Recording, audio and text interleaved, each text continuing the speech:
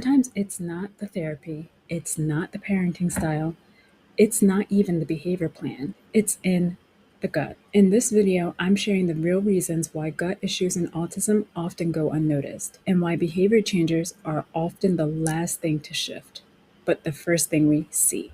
Let's talk about first why gut issues don't always look obvious in autism. Many autistic kids don't, or sometimes they can't verbalize the pain or discomfort that they are feeling within their gastrointestinal system. Some kids that might show self-injurious behaviors, it might show as lashing out, it might show as lethargy, or just the child seems under the weather. In others, it can show up as zoning out, as pacing back and forth, as increased stimming behaviors. You're not missing it.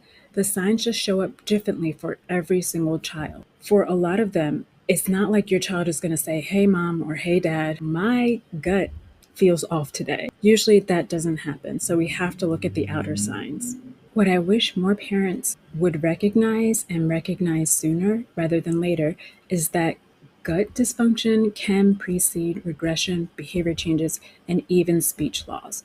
Sometimes the gut function is there from the beginning, it's there from birth. A lot of our immune system is housed in the gut. And so for kids who are being breastfed, they might have a different gut pattern or microbiome versus a child who was not breastfed initially during those early years. Research indicates, though, that the microbiome of autistic individuals is just not as diverse as it should be. With that, there are many different reasons why that can happen. But one of the things that we can do to assess that directly is doing a comprehensive stool analysis to make sure that we are addressing and treating the right things.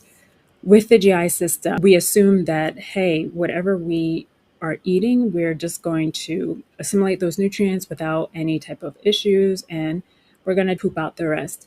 For a lot of kids on the spectrum, that does not happen because there are so many different portions of the GI tract, and there are different things happening in different places. If there is something that is not functioning or happening that's disrupting normal physiological function, well, guess what? That disruption can impair the very next segment or section of the GI system that's designed to do specifically what it's designed to do. That's where we get into a little bit of a challenge because our GI tube is one big tube.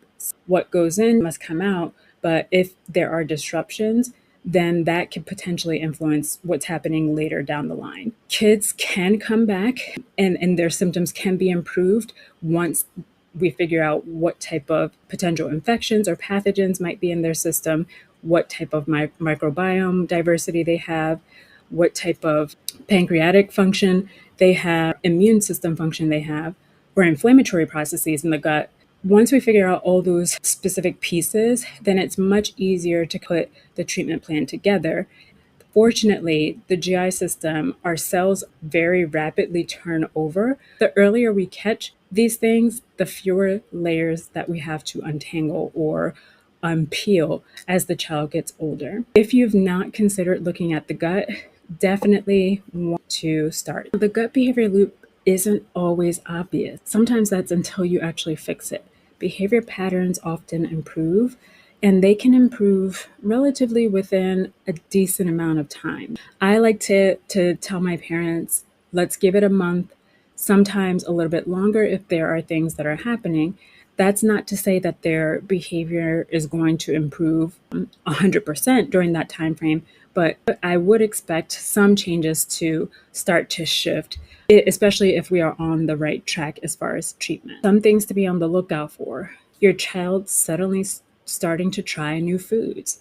That is something that I don't feel enough people know, that your child's palate actually has the ability to change. All about changing the microbiome of the mouth, but then also enhancing absorption through improving some of the more physiological functions that are happening in the gut that might be disrupted. Other things to be on the lookout for: better sleeping, better able to self-regulate, and doing it in a faster, calmer way. Parents don't necessarily always believe these changes are possible until they actually see it with their child. Don't discount something just because you may not necessarily believe that it's going to help. I would encourage you to give it a try and see what your child's body is able to do once it's supported with the right things. I want to talk really briefly about how to spot gut behavior connections at home. Your child is with you the majority of the time, and it's going to be easier for you to tell the next person, your child's therapist or their teachers or their group program leaders. It's going to be much easier for you as the parent or caregiver to share certain information about your child if you know what you're looking for and if you're seeing these things at home. I've talked about this before in previous videos. Does your child's behavior shift after meals or snacks? That could be a telltale sign. Are there mystery meltdowns at certain times of the day? Does your child seem to crave foods obsessively, or completely opposite? Do they avoid them?